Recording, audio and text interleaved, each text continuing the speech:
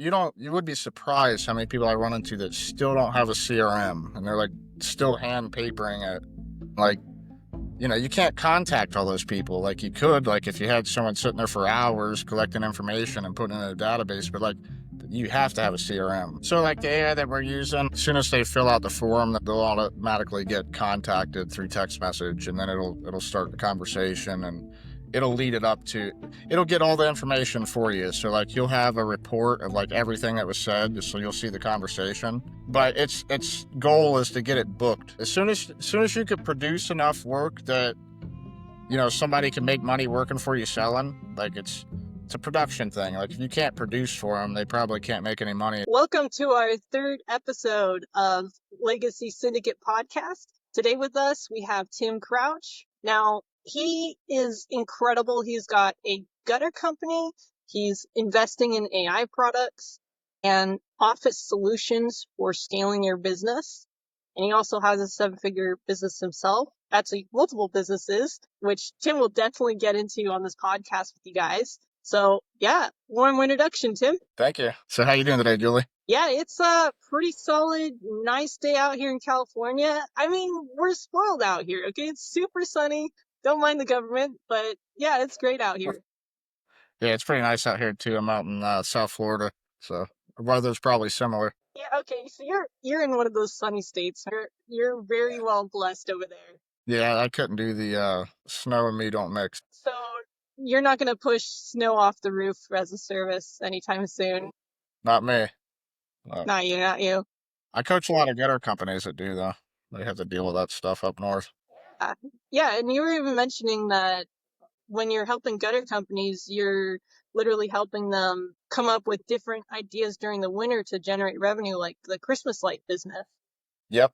Yeah, no, I love that business. No, it's great business for the winter. An add-on company for any company that slows down during the winter and they're already outside, they're an ideal business use that for an add-on service. Could definitely, boost the bottom line. Wow. So what are your thoughts on types of businesses and scaling them? Because clearly, like, if you're running like an AI company, that's going to be massively differently than running your gutter company. What are some of the things you found when it comes to moving the needle with scaling? That's kind of the difference between the online agency type space and the offline space. So my heart's always been in like home service. So, I kind of started there by, I had a busy gutter company, sold that. And that's when I started Gutter Growth and started coaching, multiple gutter companies throughout the nation. So, with that, we created a couple other companies, but it's all kind of stemmed from home service, right? And so like through coaching gutter companies, we've noticed that like a lot of them don't have admins, or they're wearing all hats or not answering the phone. So that's how we kind of got into the VA space. And, we have VAs. It's not just gutter companies, roofing companies could use them, pretty much any home service company. And what we noticed is like there was a lot of VA services that did this or that, kind of like a la carte, certain specialties, but there was no one that was like full admin. And so we kind of seen a need for that and created it where they're answering the phone, they're scheduling estimates, they're scheduling jobs, dealing with the CRM and KPI tracking, but also they have social media background. So they're also doing social media management as well, and keeping a calendar and posting and making videos and reels and just different content. So it kind of fills in all gaps, because I feel like most home service businesses are really neglecting their social, and customers are kind of using it. They might go on your website, but then you don't realize it, but they're searching your social too. And if it's like crickets, nothing going on, it just doesn't look as good if you have a well-maintained website. And then, once you start missing 5 or 6 phone calls a week, it's just now you're losing money. And so we kind of seen a need there and kind of filled it in. And right now we're kind of doing the same thing. We started another AI company that's AI automation. And so like after hours, you got calls that you miss, or you got people filling out forms, and, or you might just be on the phone. It might be during business hours, you're on the phone and you just can't get to it. And having AI automated and having a conversation and getting that person to book, like, that's, so we've seen a need for that and kind of jump into that. And I feel like whoever doesn't start implementing AI is going to get extremely far behind very, very fast. It's going to be soon before like all customers are kind of expecting this type of service. It's like when they reach out on a form and they start to not get any interaction right away, something's going Mm. to feel off. So through just kind of focusing on home service, it's kind of created a couple other businesses that all kind of services the same purpose of making these home services better, especially gutter companies, since that's where it came from. Yeah, yeah. And what are your thoughts on people's expectations on turnaround time? Like, because for example, with AI, you can get an instant response, instant bush ping, instantly going in your calendar. There's an automated message saying this person has been assigned and he's going to be driving out to you at this time, at this date. And if you don't have that, I mean, I don't know how many customers you're going to lose that way, but the expectations are going to be continually evolving, as the customers are having these experiences with other AI companies and this other level of speed and service. Yeah, I mean, it's gonna be to where if you're not doing it, you're getting behind. I feel like we're just losing attention span, period. Like things have been speeding up tremendously the past, I don't know, 10 years, 15 years. It was just about 15 years ago that like the yellow pages stopped working. So things are like changing rapidly.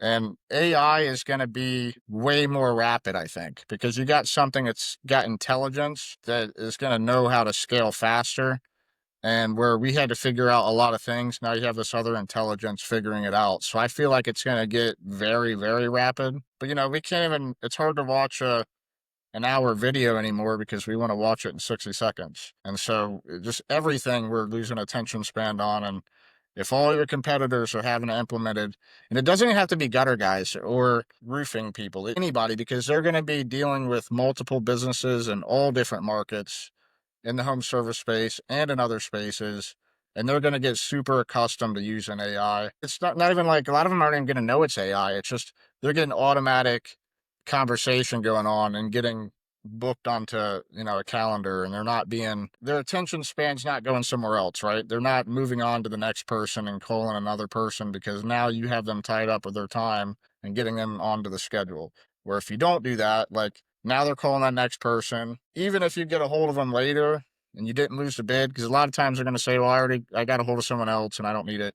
But other times they'll let you go out there, right? And you're going to go out there, but now you have a more competitive bid because they called another person in between there. And now you're just another person going out there. So not answering the phone is also going to make it more competitive, even if you don't lose that bid. Yeah, yeah. I mean, what do you think the breaking point is for a company and answering the phones in terms of scaling? Like, what size business can a gutter company or roofing or service business expect by not answering the phones? Like, like, what would be the limit or the max revenue they could make per year before it's like, okay, all the other leads are going to the competitors using, So, I mean, I guess if, can you rephrase that one more time? like, for example, like, if you're missing 5 or 10 leads a week to your competitors using AI, there's going to be a limit in the marketplace for how many leads and sales you can make in your company at a certain point. Yeah, no, I mean, I feel like a lot of these people are just trying to do too much. So, they're trying to answer the phone. Like once I'm missing 4 or 5 phone calls, I think it's time to get a VA, someone answering the phone, or even AI, something that's communicating right away. I think right at that five, but personally, like I won't even start a business without having an admin. But I'm going into it with a game plan on marketing. So I mean, it just kind of depends. If you're going to go in there and you don't really want to grow a nice business and you're just trying to do it all, I mean, maybe never get one. But if you're wanting to grow, and you're wanting to expand, like day one, I need someone answering the phone. I got ADHD. I'm going to get super disorganized. I got to have someone organizing me. And it's just, even if you don't have ADHD, you got way too many hats to deal with. And so having someone organizing you and organize, money likes organization. It hates chaos. So, I mean, if you have chaos in the business, these type of things are just going to make you more organized, more efficient, and it'll make you better, right? Because you're giving a better service to them now. Yeah, I love that intentionality. Like that intentionality and being like, I'm not just going to go build a business just because I thought it was a good idea. And it sounded like it was going to make a lot of money, which is honestly why a lot of roofers and contractors get into that business. It's actually about, hey, I'm going to come in and I know who my first 3 to 4 hires are. It's going to be an admin. It's going to be AI integration. So no matter what I'm doing, I can have the phone answered. Like that's strategic planning to build your business, right? And coming in with a marketing plan. I lost you on that last part. You still there? Yeah, yeah. Can you hear me? Okay. Yeah, now I do. You cut out for a second. So yeah, it's like coming in with a strategic marketing and business plan, you know? Yeah, no, it's yeah, I mean that's crucial. I think like even if you're a startup, I would have someone in place right away. I mean, VAs are cheap. The VAs were charging $1,497 a month, and like you have them for 40 hours a week, and they're not working for multiple companies. Like they're only working for you. Whenever the phone's you know being called, they're answering it. They're scheduling you, and then when they're not. When they're not able to, then you got AI as a backup to kind of do the rest of the job. Yeah, 100%. So then, yeah, I mean, because you've started and built multiple businesses, right? So how does that look like to have the AI integrations and some of the tools that you have in your belt plugged into the businesses that you start and run? So right now, I mean, the AI company is new. We're just launching it. We have actually a webinar tomorrow going on, but the first company I'm implementing it in is Mother's Gutters, and so we're kind of feeling it out. Another thing that's kind of good if you could have this huge, customer base because you've done business the last 10 years in a CRM or even the last 2 years, and there's money sitting there, and you can upload your customer data list to the AI and it'll start initiating conversation with your database. And there's like a ton of money sitting there, a ton of jobs. We had one guy that we ran a list of like 1,000, and he ended up. It was actually a roofing company, and he ended up getting like 70 grand worth of quotes out of it. Wow. Yeah, and that was just his database, and there was 70 grand sitting there, and they put the AI in, and so it's not just AI could be used for a lot. Every time we onboard someone, we start off with their data list. Makes sense. I mean, really, the fortune is in the follow-up. And let's be honest here, is if you're wearing all the hats, or you're even wearing 4 of them, when out of 7, that's still too many, you know? I still run into you would be surprised how many people I run into that still don't have a CRM and they're like still hand papering it. Like, you can't contact all those people like you could, like if you had someone sitting there for hours collecting information and putting it in a database, but like you have to have a CRM. And then you'll have that data there to be able to market to them later. Some of them probably moved already or they got other issues or you might have other products or services they're interested in, like the gutter guys that, you got clean outs and maintenance, you got leaf guard and so it's just I would start there and then that's where we're gonna start. Like just helping them build out their CRM and their AI follow-up sequences and having someone answer the phones, having someone take care of the admin work. What else? What Yep. else you got over there? We got the Gutter Summit coming up in September, so I definitely wouldn't miss out on that. I definitely focus on gutter guys, but these services they're good for everybody. Like next is going to be roofers. Every roofer needs a VA, or they all need AI automation. They might actually benefit more than the gutter companies because they're dealing with bigger numbers, maybe more estimates. Yeah, 100%. I mean, these are essentials, right? Because when you think about scaling, you go from a solo individual making the cash, stacking the cash. Maybe he's got a couple of guys helping him deliver the service. And then you're moving that into, a guy that has multiple teams running the company, doing all this work, and then delegating that out so that he can actually focus on building on the business and being strategic and going after the leads and the specific pipelines that are going to bring more revenue into the business. And if he's caught up in that day to day, which is kind of where a lot of people get stuck in that bottleneck of scaling, then he's not going to be able to get to that 50 million or $100 million company that he wants, And the sooner that he can hand off those tasks and get out of that rut, the sooner he's going to actually be able to be like, wow, we're actually scaling. Like it doesn't feel like I'm, on the back of a roller coaster. Yeah, I mean it brings organization to it. What would you say on like the roofing guys? What percentage of them are trying to wear all hats? The sooner you can get out of even wearing 4 of the hats and get that down to maybe 1 hat, which should be the CEO role until you get someone in for that, right? You're going to need admin staff. You're going to need AI assistants. You're going to need these different things. When it comes to like consulting like gutter companies, and you said some of them run without a CRM, and they're just maxing out what they can do themselves. What do you typically tell those people when it comes to like really going past maybe 1 to 3 million to getting to their 10 to 20 million mark? Like what is it that they need to know to like get past that break point. I mean, usually it's just some type of system that's broken, or it's like they get very narrow visioned. Like it's like their company's running this way and they only see what's going on and they don't see what they're not doing, or what it's usually just small little shifts that could change a lot. This is usually what it is. It's usually not something big. It's just like, if you're not using a CRM, like get a CRM. Like, it's just things like that that's going to make you more efficient. I mean, that's the basics, the essentials, right? And if you're too deep in the weeds where you literally cannot see what the heck you're doing because you're so deep in the weeds and you're literally trying to do everything in your power to stay on top of your to-do list, I mean, that is the time when you need to delegate, because that brain and that clarity isn't going to get freed up until you have someone actually doing stuff for you, you know? Like the gutter company that we just started that we're doing the documentary around, Mother's Gutters, we're like 2 months into it. I was doing the estimates initially, but like now it's 2 months into it and, it's getting to be like 20 a week plus.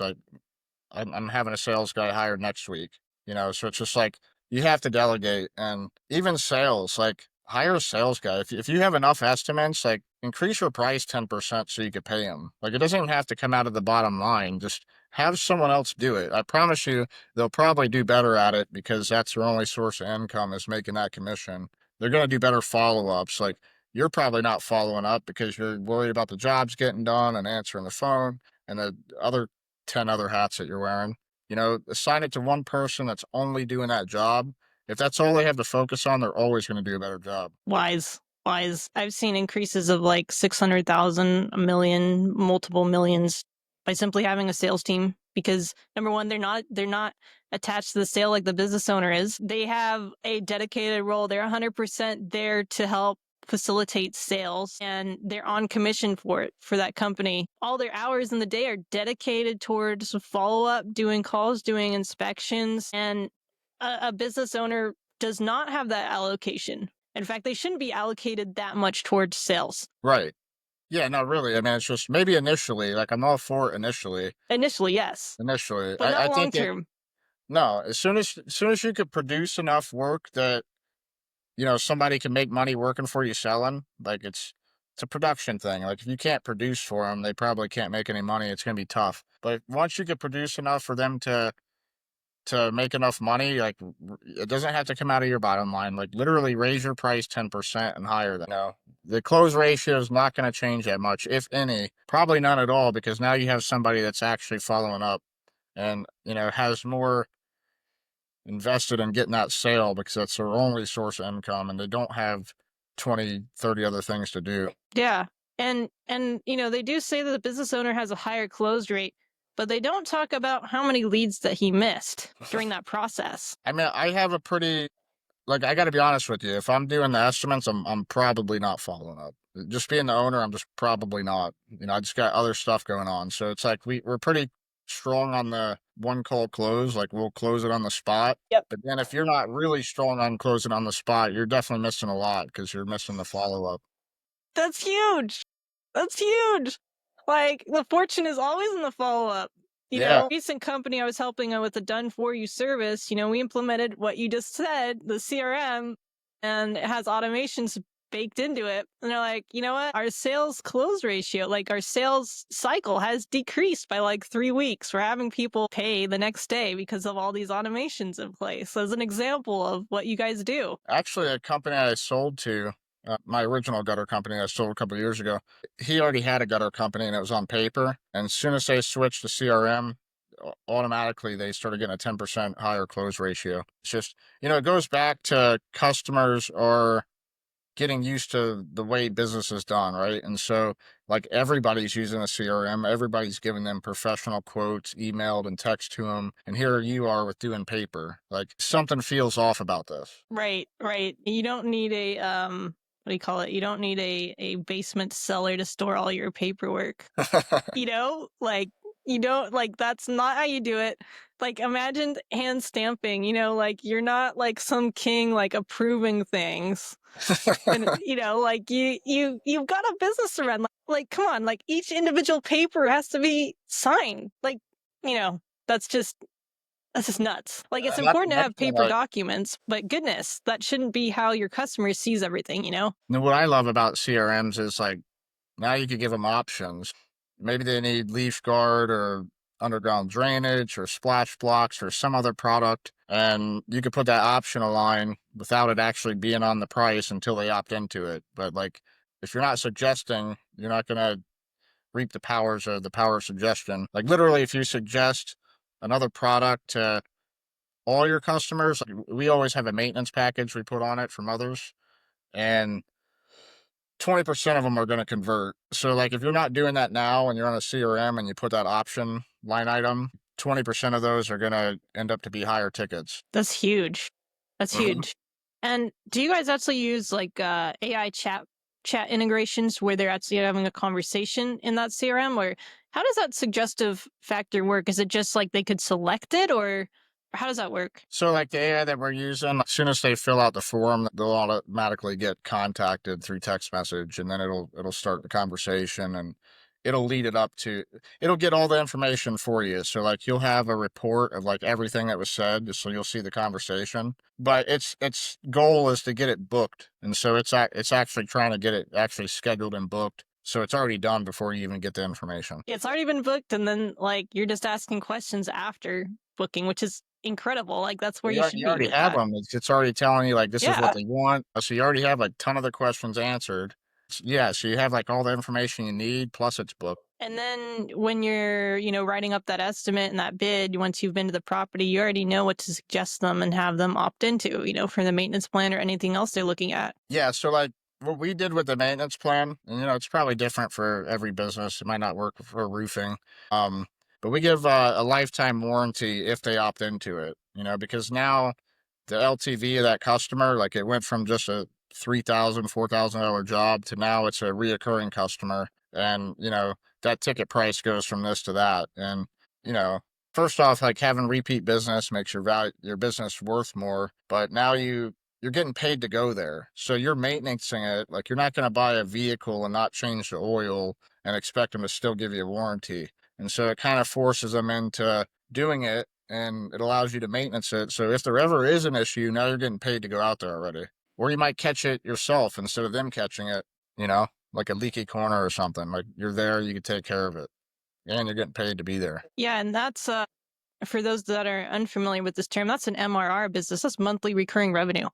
Uh On huh. top of that's essentially you're making old money run longer. You're keeping clients in your pipeline longer. You're having a longer duration of customer retention, right? Because it doesn't stop when they need it doesn't end once the roof is done, and it doesn't begin once a new roof is requested by them for a different building. It's literally all of that sequence in between is taken care of. And it's funny because I'll talk to someone and be like, yeah, are you selling your maintenance program? She's like, well, we thought about it.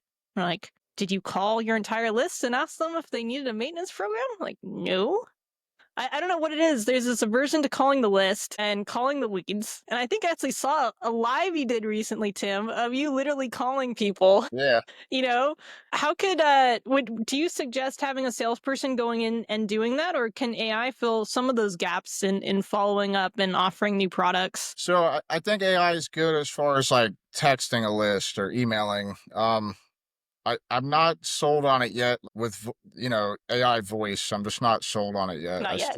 Not yet. I Not think that yet. it'll get there because like It if you look will. back a year ago, like it was worse than it is now. It's just not there yet. But I think give it another year to 5 years, probably closer, probably a year to 3 years. I think that it might be nailed down to where it's like perfected, and then maybe, but right now I'm not ready for the voice. Yeah, I've heard some good AI voices for booking appointments off a sales page or VSL, but it's Uh-huh. actually selling AI products, so people already know that they're kind of getting a taste of the product before they're getting Yeah. it, right? And so that kind of works for their Yeah. advertising.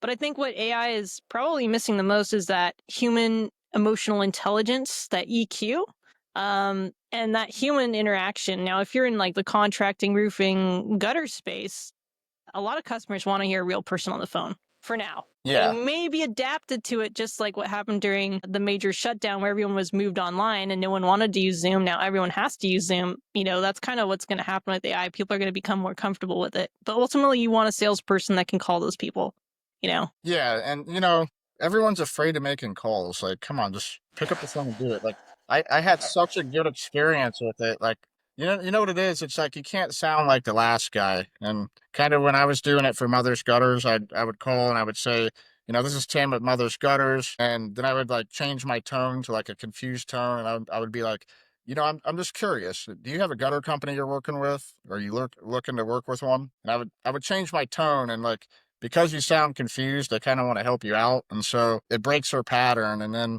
boom, like 25% of them were giving me their email address. And so like now I could follow up with some kind of introductory email, and I could go ahead and put my work comp papers in there and my liability and all my info, and they're like, "Oh, this guy's legit. He just gave me everything." And they feel a lot more comfortable. But I didn't have people hanging up on me. Like it's just all about approach. If you come over with some script, I'm not really a script guy. Like people just want real and authentic, I think. And you just get to the point. Like tell them who you are, and then I'm just curious in a confused tone, like, do you need my services? I'm like, well, hang on, tell me about your services. What's going on? Like, how can I help you, man? Yeah, Right? yeah, And I actually heard I got caught on a Jeremy Miner reel the other day, and he said the best way is to act like you're confused. that's where I got And it you go up from. to the store. Oh, really? Yeah. You go up to the door, and you're like, and you have a paper clip. You act like you might be a surveyor or someone checking the electricity, or you could be like some kind of service worker, right? And you have your pen, and you have your paper, and you go up and you act like you're checking things off, and you knock on the door, and you act like you're looking at the roof, and you're like, are you guys the owners? Yeah. Is this 411?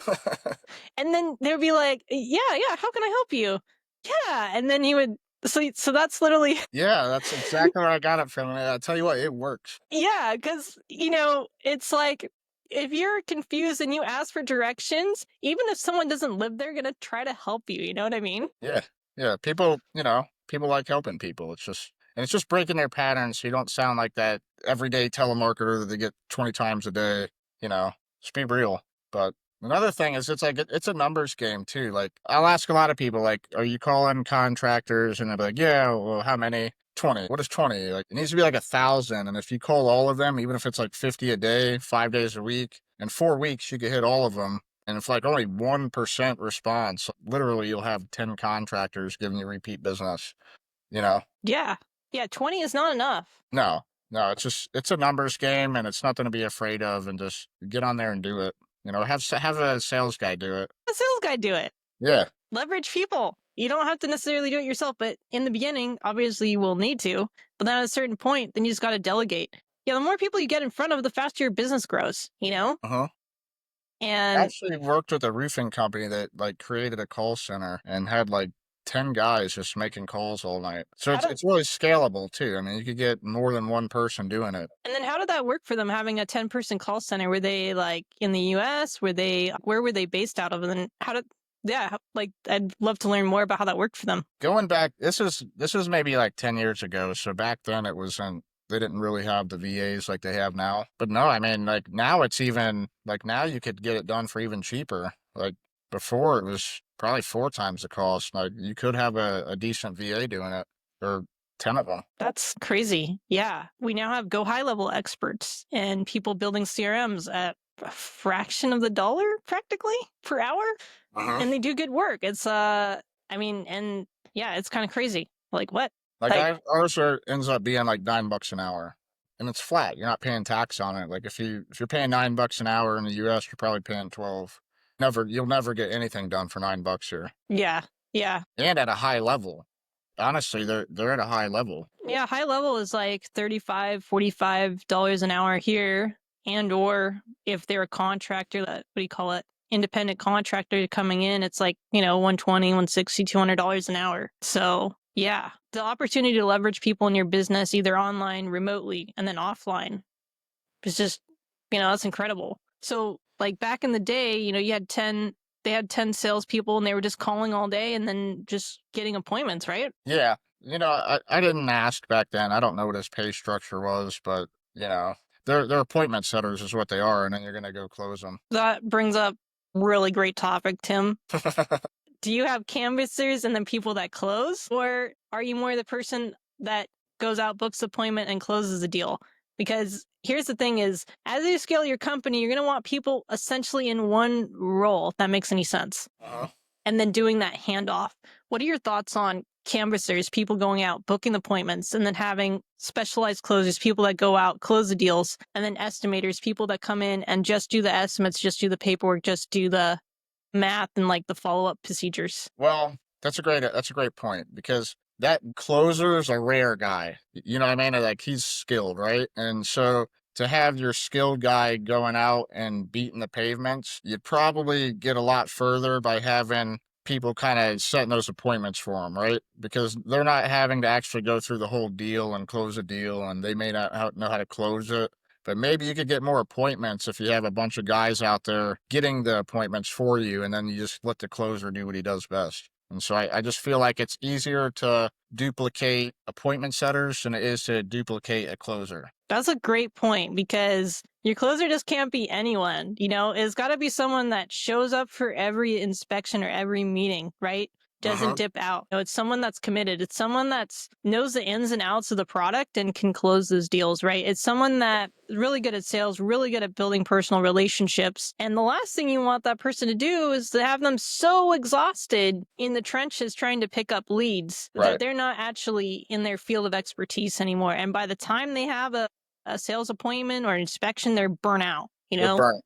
whereas an appointment setter, they're like, hey, like, of course, I would love to move into a sales position, but I don't really know sales right now, but I can get these meetings going. I can have an introductory conversation. I can invite them to book an inspection. I can do all this extra work because I'm not as skilled, but I'm willing to put in my hard work and effort to eventually get to the point where I can become a closer in the end, towards the end, or maybe I'll just stay as a canvasser, you know what I mean? But they're willing to put in the work to up level their skills. And for them, it's like, well, I need those 2,000 conversations to get better at this. Right. Yep. No, that's what I would do. I mean, I don't get so much into it in the gutter industry, but I've done a lot of storm chasing. So I worked with a lot of the storm chasers going back like 12 years or so. So I was in several states, and like every single one of them would have like 50 people, out canvassing. A lot of the bigger companies did at least 20 to 50 people out there, and it was pounding the streets. And it's a numbers game. And I could see if you had 50, I mean, that's a big number, but can you imagine having 50 people out there just to setting appointments and then maybe 4 or 5 killers just closing up? That's a machine. Uh-huh. That's a machine. And imagine how much time that would be that you could never do as a person with a super small team. Yeah. Like how many hours? That's what, 50? If it's 50 people and they're each doing 30 hours a week, 30 or 40 hours a week, like It's a lot of man hours. that's a lot of man hours. That's probably a lot of appointments. And then you got 3 people handling all the deals closed, right? All those inspections. Then the business owner just needs to make sure everything's working right. Make sure they have the HR procedures, hiring procedures in place so they can keep people doing that. And then make sure the work gets done and have the sub guys, sub crews, in-house crews take care of that. The way to nail it, I think, is, and I'm noticing this with a lot of businesses, like if you don't have proper onboarding, like you'll never accomplish that. But if you really nail the onboarding and give them the support, like someone that you might have thought was a bad hire really wasn't a bad hire. You just suck. Like you didn't show him the way the right way. Like my son, he's 20, and he just started a personal training job at Crunch Fitness. Well, they sent him to Miami, which is probably like 2 hours from me. And they sent him there for an entire week, and he just trained for a whole week. They trained him on sales, like just everything. So by the time he actually got into his position at the job, like he felt like he already knew a lot. And like the first day he made a sale, like now he's making a bunch of sales, but like they set him up for success, right? And so like if you don't have a good onboarding process, it's hard to kind of retain those hires or even grow more of them. So I feel like if you just have like a really killer onboarding, no matter what position you're putting them in, like have something in place. That's so powerful. And that's mission critical because you could have an incredibly skilled person hopping on your team. And if you don't have a CRM, you don't have training modules, you don't have an in-house training platform, like what the heck are you doing? You know what I mean? Like, I know that you don't necessarily need an in-house training platform to begin with. It could be simple Google Docs, right? It could be walking them through the job. It could be doing job walks, like your basic stuff.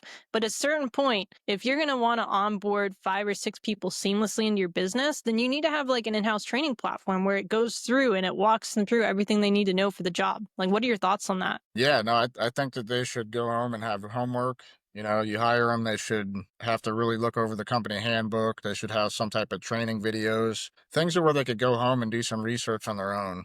That way you're not just dumping it all off on the crew leader who really just doesn't want to train another person. That's a whole nother story, like having good company culture and having them on board to help you train. But no, it's just having a system in place. If they feel supported, like they'll take the job more seriously. I mean, how would you feel just getting a job and like getting thrown over here and just here, go do it, and they don't really get no support. I mean, essentially, you're treating your new hire like a subcontractor that's coming in as a consultant or coming in as an expert to help you fix it, right? You do not want to treat your new first hire as someone that's coming in as a subcontractor expert in your company to fix things. Right. And then the third piece too is they don't even have the authority to fix things. So guess what? You have a salesperson coming in and like, oh, we could fix this, but I don't have the authority to fix this. This is driving me nuts. The reason why no one's doing great onboarding is because it goes back to just wearing all the hats. Like they don't have time to create it. Like that's why you need your VA and your AI automation. Like anything that's gonna buy back your time, it's crucial. Yeah, because once you create those assets, they're there forever. Even if it's YouTube videos, wherever you have these trainings, they're there forever. When you sell the business, you can sell the business saying, hey, we have in-house training and there's all these videos. And that's something we're doing within Gutter Growth. Like we have back access to the school, like Alex Hermosi's platform. We got company handbooks, org charts, different SOPs, sales SOPs, installer SOPs. Pretty soon we're going to start doing training videos for even installation to where you could kind of use these to implement it into your business, training, your installers and that type of things. We're kind of trying to build out those resources for gutter companies. That way they don't have to, because it does take a lot of time. But it's crucial. And if you're not a gutter company, I mean, you still have to do this. You got to free up the time to where you could build out these systems, and it's just going to make you even more scalable. Because once these videos are shot, you don't have to do them again. Maybe you could improve them or add to them, but like literally they're there. And like the next hire, it's just going to be so much easier because these are already in place. It's already done. And then you don't have to ask your foreman to try and be a coach and coach people into their job position. Like that's not what a foreman should be for. I agree. If you don't have the bandwidth to, record these videos or even sit down and do this, I mean, do you even have time for your business at that point? You know what I mean? Yeah. And you're better off hiring a talented gutter specialist to come in and coach your team on how to do gutters. Or create your videos. It's not that much work, so that you don't have your foreman having to teach all these people, you know what I mean? Because he's going to quit. I mean, or he's going to complain a lot, or he's not going to be committed to your culture. He's like, dude, like, I like being a foreman. I like managing crews, but I don't want to be babysitting and I don't want to be correcting people's mistakes on the job over and over and over again. Like that's part of my job is to make sure everything's going smoothly. But man, like, I'm not here to like teach people how to not make mistakes. I'm just here to oversee things. They should already know the basics, you know what I mean? And then just even as like an employee coming in, like you're just going to feel much more supported and you're going to feel better about your job. You're going to have a better attitude, so even on the employee side of it, like, at the end of the day, you got to ask yourself the question, like, would you work for you? And I feel like I wouldn't work for a lot of people. And these are the people that are complaining that nobody wants to work. They just don't want to work for you. Yep.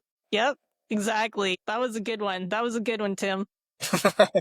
So, we talked about AI. We talked about, delegation, getting out of wearing all the hats, CRMs, automations, suggesting maintenance plans, being ahead of the curve, having proper onboarding, having a dedicated salesperson handling calls, making those calls, or having the salesperson do it, making the hard decisions.